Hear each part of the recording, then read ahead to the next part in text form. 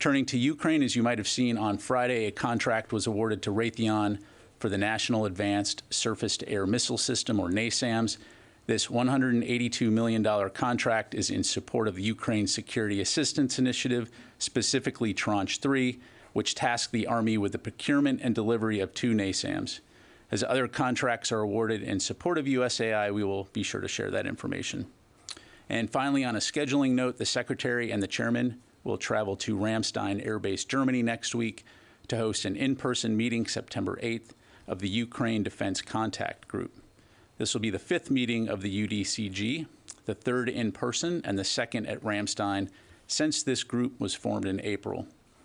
They will join ministers of defense and senior military officials from 50-plus nations around the world to discuss the ongoing crisis in Ukraine and continue our close coordination on providing the Ukrainian people with the means necessary to protect themselves against Russia's unprovoked and illegal aggression.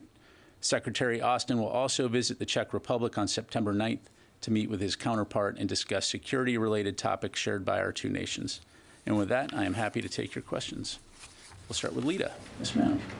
Thanks, Pat. So kind of one quick clarification on what you just said. At one point, there was, I thought, a suggestion that one of the NASAMS may move more quickly. Does this mean that no NASAMS yet are in Ukraine or have been sent to Ukraine? Is that just to clarify? Correct. To my knowledge, those will be manufactured by the contractor and delivered when complete. Okay. Can you give us a sense of the Pentagon's assessment at this point of the counteroffensive that Ukraine has said that is going on, particularly in the south, and whether you're seeing any significant changes of hands in any of the property there? And second question, are there any specific weapon systems or equipment that the U.S. military right now is going to have to go out and reorder because of the PDAs? Is there any shortage anywhere that you all are seeing because of the PDAs? So on the latter piece, certainly we'll aim to get you any detailed information on that note, but I will say that I'm not aware of any specific shortages at this time. Again, we will continue to maintain an open dialogue as early as next week again in terms of what Ukrainian needs are in the fight. In regards to fighting in Ukraine, what I would tell you is that we are very sensitive to not getting ahead of the Ukrainians. I think you've heard some of their public statements, not the least of which is their president talking about the need for operations security. And so certainly from this podium, I'm not going to talk about tactical level battlefield detail.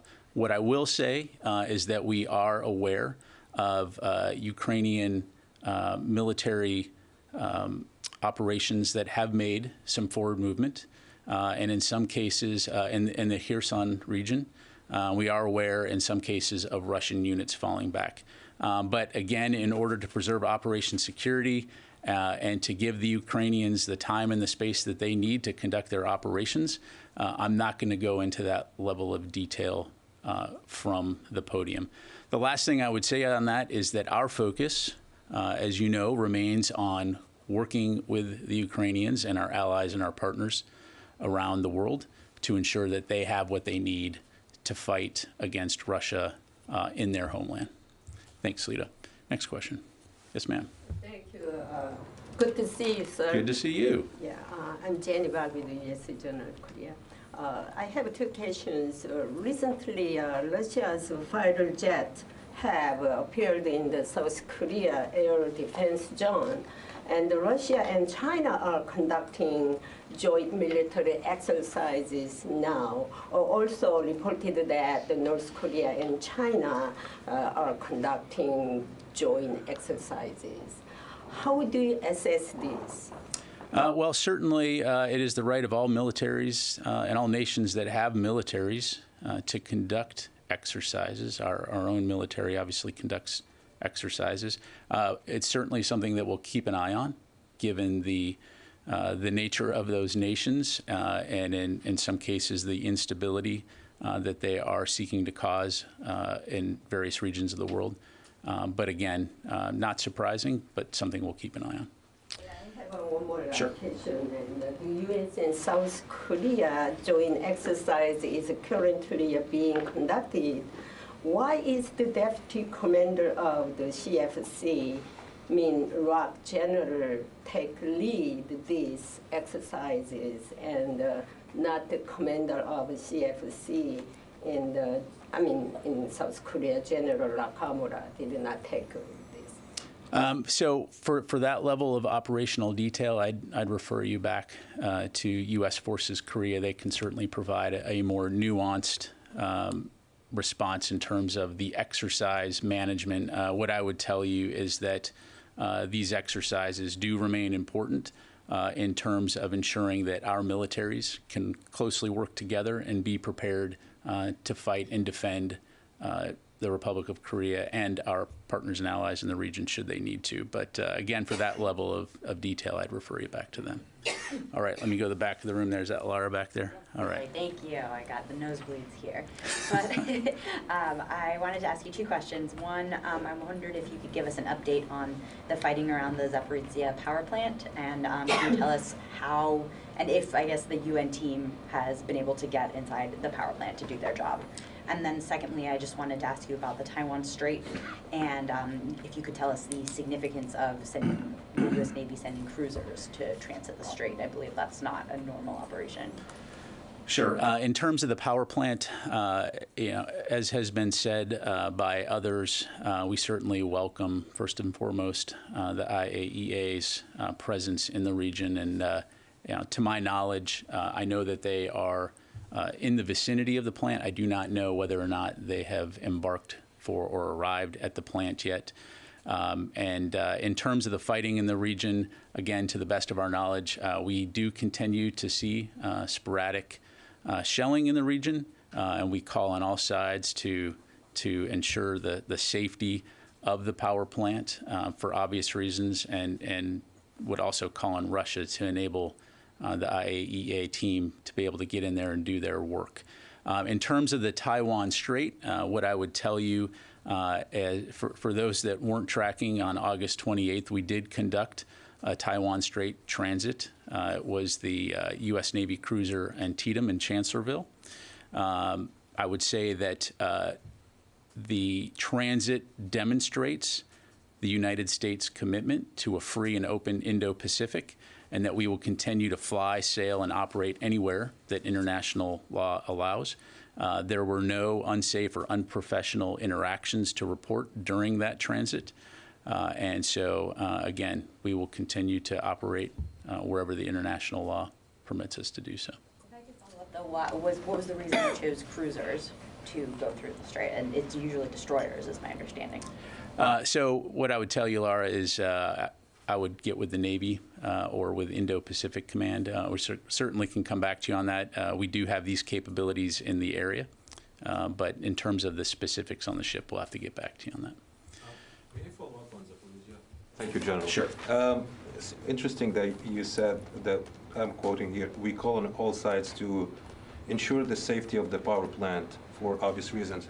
Are Ukrainians as well endangering the safety of the plant? That's why I would just say, as we sides? see fighting in the region, obviously, it is something to be cognizant of. Clearly, this is the Ukrainians' homeland, and we do know that there are Russians in the vicinity there. But we would want to ensure that the inspection team can get in there and do its work. And a question on the Middle East. I think you addressed a similar question. I believe last week, but. We've seen clashes in Syria between U.S. forces and groups associated or aligned with Iran, northeast, attack on a 10th in the south. Yesterday we had the incident with the sail drone with IRGC Navy.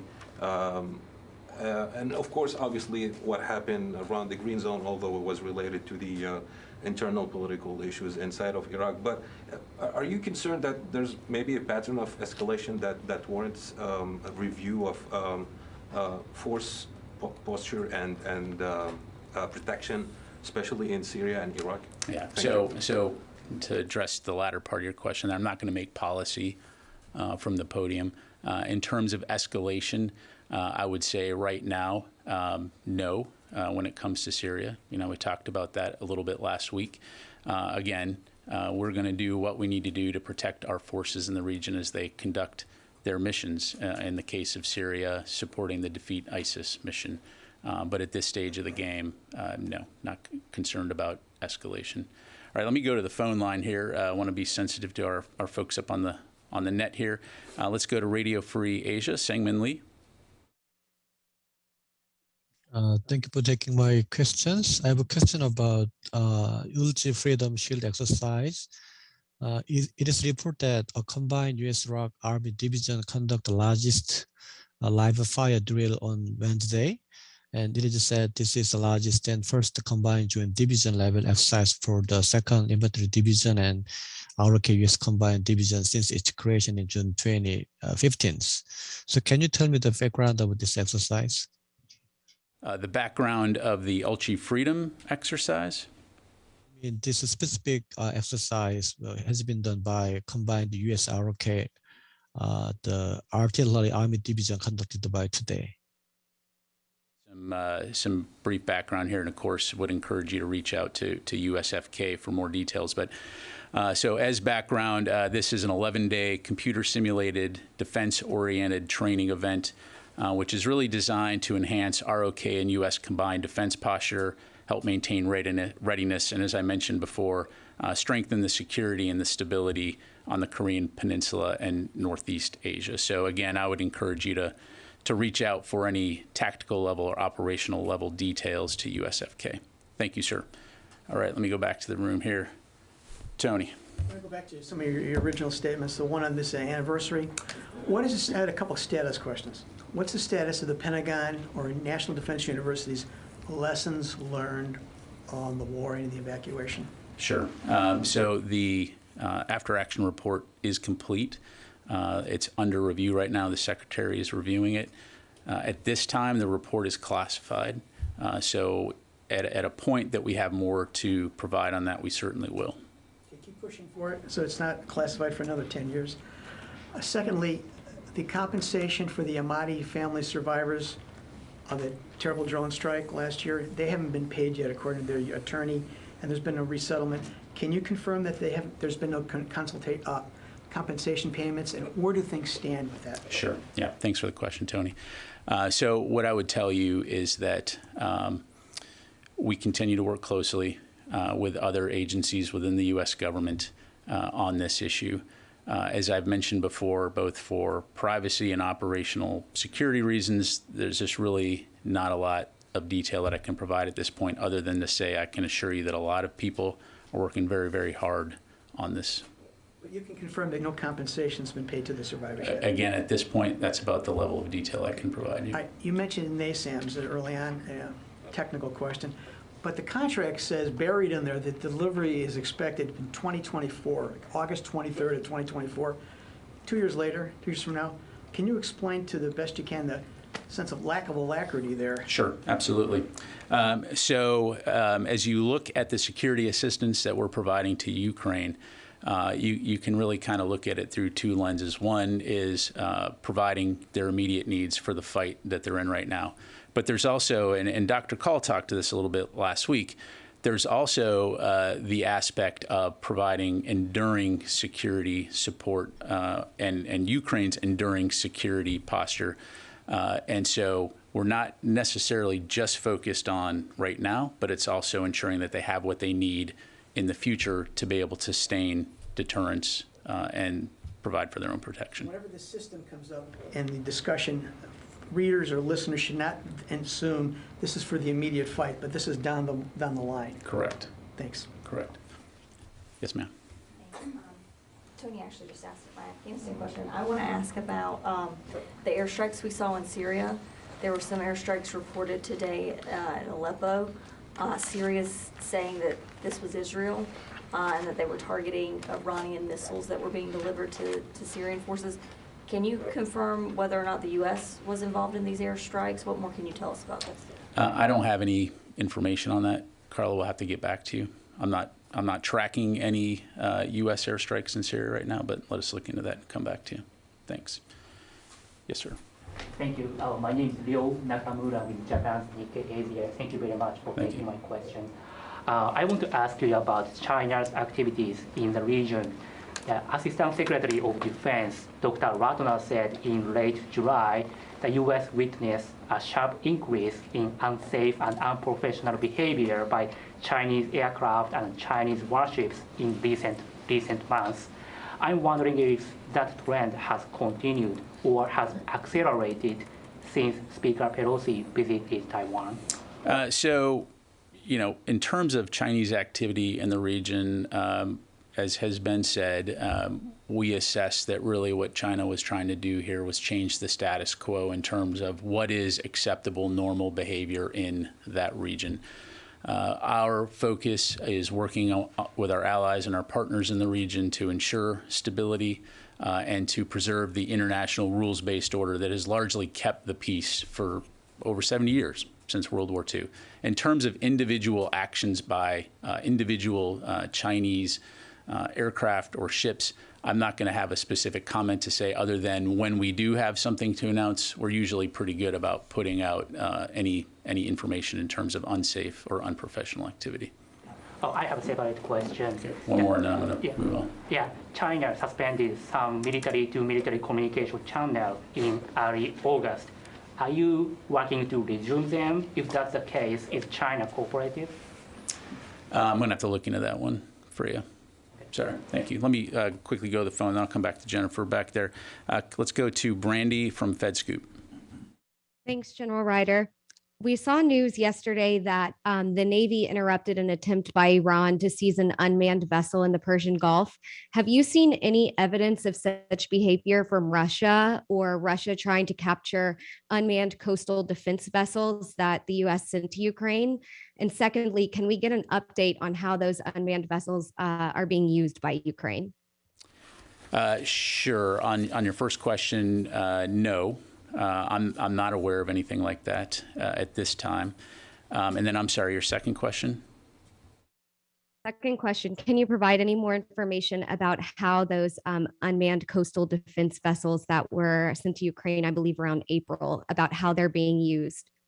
We'll have to get back to you on that one. I don't want to get into specific details in terms of operational movements, but let us take a look on that, Brandy, and if there's anything we can provide, we'll come back to you. Thank you. All right, let me go to Jennifer, and then I'll come back to the phone. Yes, ma'am. Thank you, General Ryder. In terms of that Navy interception, can you just describe what was the significance of the Navy retrieving that armed underwater drone, and what happened exactly? Yeah, sure. So as most of you are aware, I'm sure, Fifth Fleet did put out a statement on this, but let me just provide you a little bit of background here. So on Monday, yesterday, the U.S. Navy observed the IRGC Navy support ship towing a sail drone Explorer unmanned surface vessel in what we assessed was an attempt to detain it. And so the USS Thunderbolt and a MH-60S Seahawk responded. We did hail the ship and ask them to release the drone, which they did.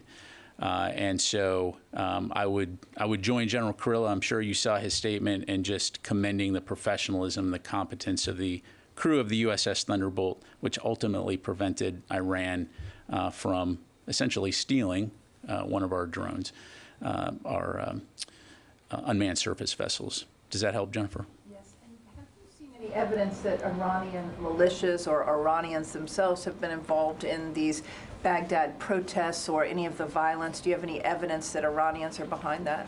I don't have anything to provide from here, so I'd have to say no. Okay. Let me do another one on the phone here, and I'll come back to the room.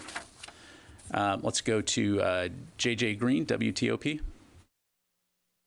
Yeah. Hi, General. Thanks for taking the question. I've been hearing that the U.S. military was involved in some way in helping Ukraine prepare for this counteroffensive. Can you confirm that? And in what way might the U.S. have helped them prepare for this? Yeah, thanks for the question, JJ. What I would tell you is that, as we've said before, we have a routine military-to-military dialogue with Ukraine at many levels. And I'm not going to comment on the specifics of what those engagements are. But generally speaking, as we've publicly commented on in the past, it's providing the Ukrainians with the information they need to better understand the threats that they face and defend their country. But it's important to point out here that ultimately it is the Ukrainians that are making the final decisions when it comes to operations. Thank you. All right, back to the room here. Yes, sir. Hi, Anson Mercer with the Asahi Shimbun.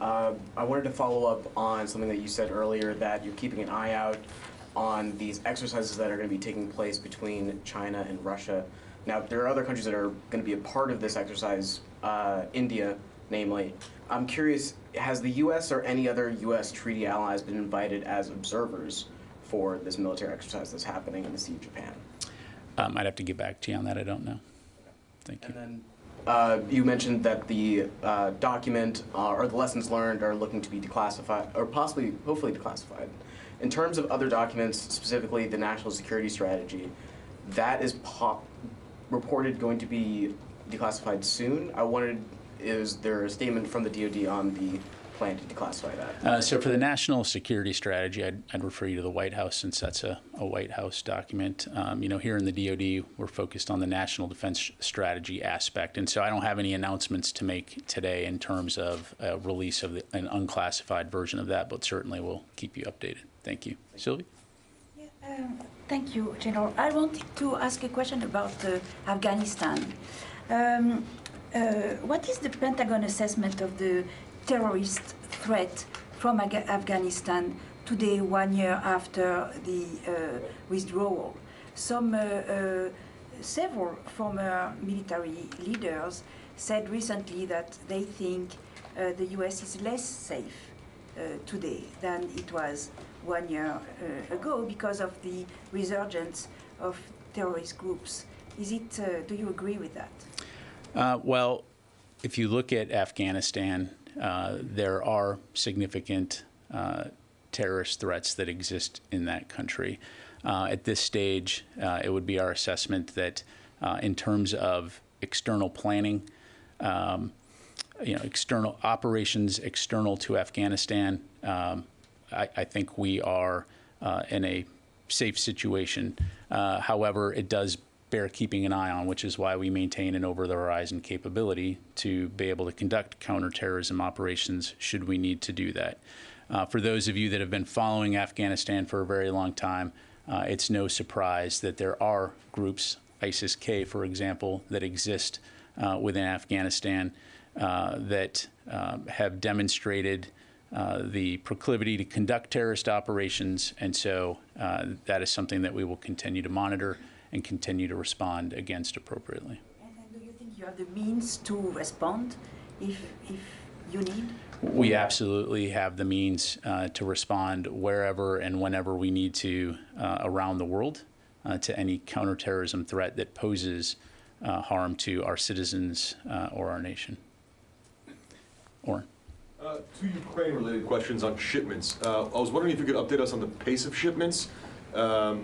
It's been a while since we've had an update on sort of how many flights are regularly going in. I think it was 8 to 10 quite some time ago.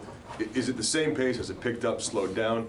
And then there had been, and this is a more specific question, there had been some speculation that the drawdown package announced on August 19th was to assist in a counteroffensive. Can we get an update on what from that drawdown package has gone in and what remains to be shipped? Thanks, Oren. So in terms of the rate of security assistance into Ukraine, we can get back to you with some more specifics, but I would say that this is something that obviously we continue to take very seriously, and U.S. Transportation Command continues to do amazing work working with U.S. European Command and others to get that assistance to the Ukrainians as quickly as possible. Certainly, we're seeing the effect of that assistance on the battlefield. And then, I'm sorry, your last question? I was wondering on the drawdown package announced on August 19th, if you'd be able to update us on what from that package has gone in and what remains to be shipped. Well, let me get back to you on that one. Okay, let me go back out to the phone here real quick. Do we have Audrey Decker from Inside Defense? Hi, thanks, General Ryder. Another question on the Navy interception of sail drone. How likely is this to happen again? And if these unmanned vessels are out there on their own, how do you protect them? And is the DoD taking any steps, any extra security measures to prevent this from happening again? Thanks. Thanks very much, Audrey. So I'm not going to speculate on a hypothetical in terms of how often this could happen. Clearly, Fifth Fleet has it well in hand in terms of patrolling the waterways there and maintaining situational awareness in terms of their capabilities and assets in the region. And again, as was evidenced by the USS Thunderbolt, the ability to respond quickly should something like that happen again in the future, which hopefully it will not. Okay, let me take another call, another person on the phone here, and then we'll go back into the audience. Heather from USNI. Thanks so much. I have two unrelated questions, but I was hoping you could start with the Truman and George H.W. Bush in the Mediterranean. What message is the United States trying to send? And then I also wanted to know if the Department of Defense has any comment on the fact that a couple senators and several states' attorneys have issued briefs on the Navy SEALs 1 through 26 versus Biden lawsuit, which is the one that has prevented the Navy from being able to separate anyone with a religious exemption to the COVID-19 vaccine. Yeah, thanks very much, Heather. I feel like I'm batting zero with you because every time you ask me a question, I don't have that information readily available in front of me. So I will, after this briefing, we'll get with you and we'll get with the Navy and we'll make sure that you get the information that you're asking for. And I promise I will do better to get you answers to your questions in the future. Thank you. Let me do one more on the phone here. Let's go to Karun from Washington Post. Hi there. Thanks for taking the question. I just wanted to go back to the announcement from Secretary Austin. The commendations and the citation process, why is this only happening now? Why did this take a year to come about? And why were we not seeing a step like this earlier, especially if it was going to be so all-encompassing for those who serve as part of that mission? Yeah, thanks for the question. So obviously, this is a significant recognition for those who served in Afghanistan and participated in this very significant event. And so, as I highlighted in my opening comments, from the Secretary's standpoint, really the key message here is that it's meant to express the gratitude of the Department of Defense and our nation for what it is that our men and women serving in Afghanistan during this very challenging time and what they accomplished. Thank you. Sir, I'll take probably 2 or 3 more questions. General, thank you. Jared Zuba with Al Monitor. I just wanted to follow up on Fadi and Carla's questions on the situation in Syria. I'm just wondering if there are any concerns in the department that recent Israeli airstrikes on Syria could potentially lead to further attacks on U.S. forces on the ground in the country, and if so, has that been discussed with Israeli partners in the recent past? Yeah, thanks for the question. So I'm not going to discuss current, potential, or future Israeli operations. Our focus in Syria, of course, continues to remain on conducting the Defeat ISIS mission, and will continue to remain our focus. Let me take just a couple more. Yes, ma'am, and then we'll go to the back there. Thank you, General Rafaj Bai with Al Hurra. Follow up on Jared's question. If you can give us a sense of the level of coordination between the U.S. and the Israelis, especially when Israel claims that the targets are linked directly to Iran. And also I have another question on Iraq, if you can give us the DoD assessment of the latest security developments in Iraq, and if the U.S. forces there took maybe extra security measures during the latest. Sure. On your first question about Israel, certainly we have a very long-standing security relationship with our ally Israel.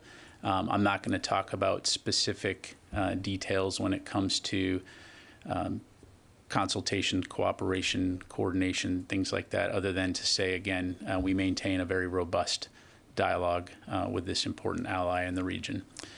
In terms of Iraq, certainly, like many around the world, we continue to monitor the situation there.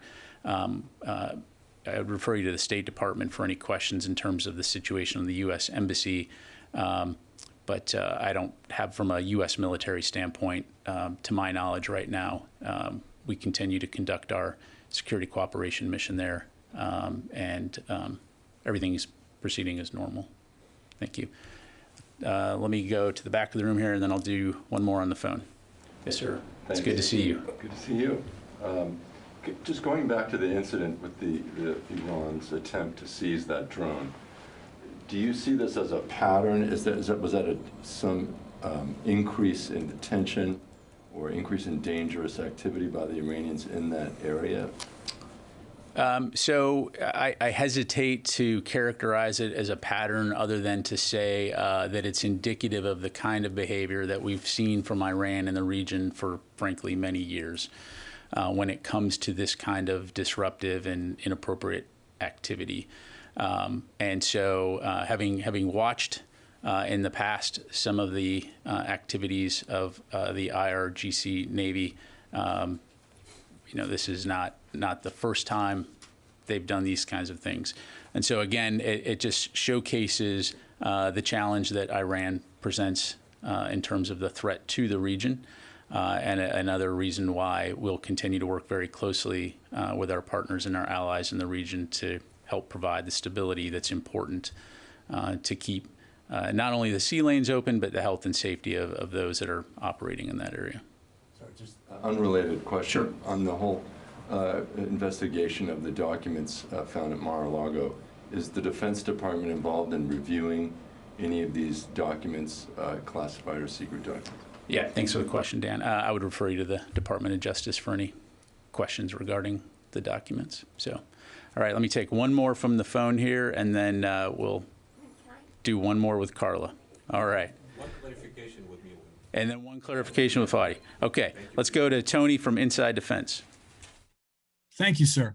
My question is about the status of funding for Ukraine. Is DoD running out of aid for Ukraine? And also, as DoD ponders what or how much it might ask next from Congress, does it want more money for PDA to send weapons directly to Ukraine? Or is it now sort of seeking more money for USAI, where the weapons might not arrive for a couple of years? So to answer your first question, no, we are not running out of aid. And then in terms of the breakdown between PDA and USIA,